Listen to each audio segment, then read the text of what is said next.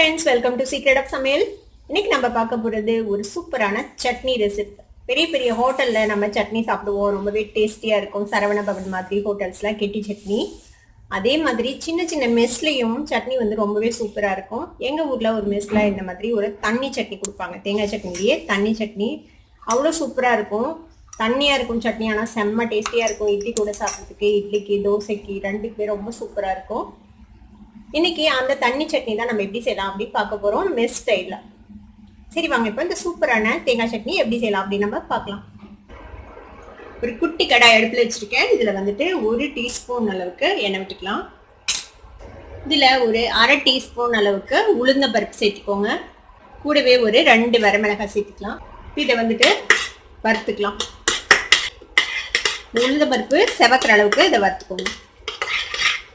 பாருங்க, உளுந்து நல்லா செவந்துருச்சு. நம்ம அடுப்பு ஆஃப் பண்ணிடலாம்.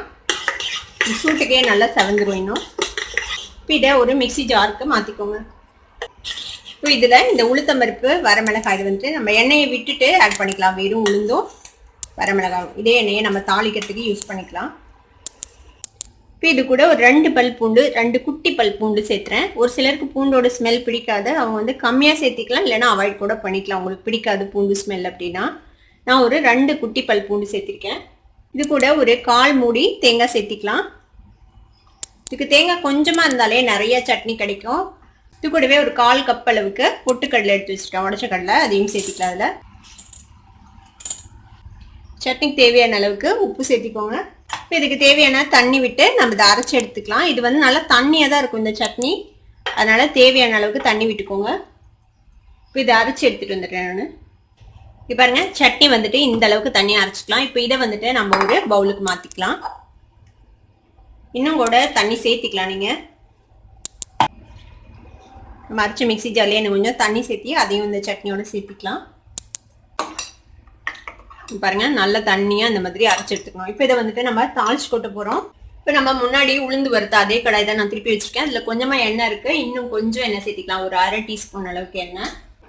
நம்ம பொதுவாக சட்னிக்கு வந்துட்டு கடுகு கருவேப்பிலை தான் தாளிச்சு கொட்டுவோம். இதுக்கு வந்துட்டு நம்ம கொஞ்சமாக வெங்காயமும் ஆட் பண்ண போகிறோம். கொஞ்சமாக வெங்காயம், ஒரு 1/4 வாசி வெங்காயம் இந்த மாதிரி பொடியை நறுக்கி வச்சுருக்கேன். இந்த மாதிரி தாளிச்சு பாருங்கள், ரொம்பவே சூப்பராக இருக்கும். வெங்காயம் சேர்த்தி தாளிச்சோம்னா அவ்வளோ சூப்பராக இருக்கும். நான் வந்துட்டு ஒரு வரமிளகாய் இந்த மாதிரி கிள்ளி வச்சுருக்கேன், கொஞ்சம் கருவேப்பிலை, கொஞ்சமாக வெங்காயம் இந்த மாதிரி பொடியை நறுக்கி வச்சுருக்கேன். இப்போ எண்ணெய் சூடாயிடுச்சு. இதில் வந்துட்டு கொஞ்சமாக கடுகு சேர்த்திக்கோங்க, கொஞ்சமாக உளுந்து சேர்த்திக்கலாம். கடுகு வெடிக்குது, உளுந்து சாந்திச்சு பாருங்க. இந்த வெங்காயம், வரமிளகாய், கருவேப்பிலை 3 சேர்த்திடலாம்.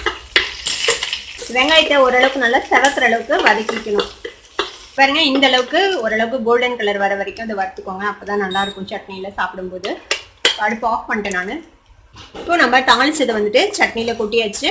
இப்போ நம்மளோட மெஸ் ஸ்டைல் தனி சட்னி ரெடி ஆயிடுச்சு. இது மாதிரி நல்லா சாஃப்டான இட்லி செஞ்சு இது கூட இந்த சட்னியை வந்துட்டு தலை மேலே ஊற்றி சாப்பிட்டிங்கன்னா 10 இட்லி இருந்தால் கூட பத்தாது இந்த சட்னிக்கு.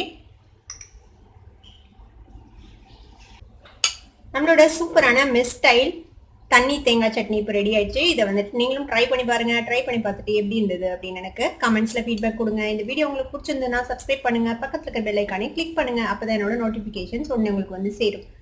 லைக் பண்ணுங்க, ஷேர் பண்ணுங்க. தேங்க்யூ ஃபார் வாட்சிங் this video viewers. Bye by.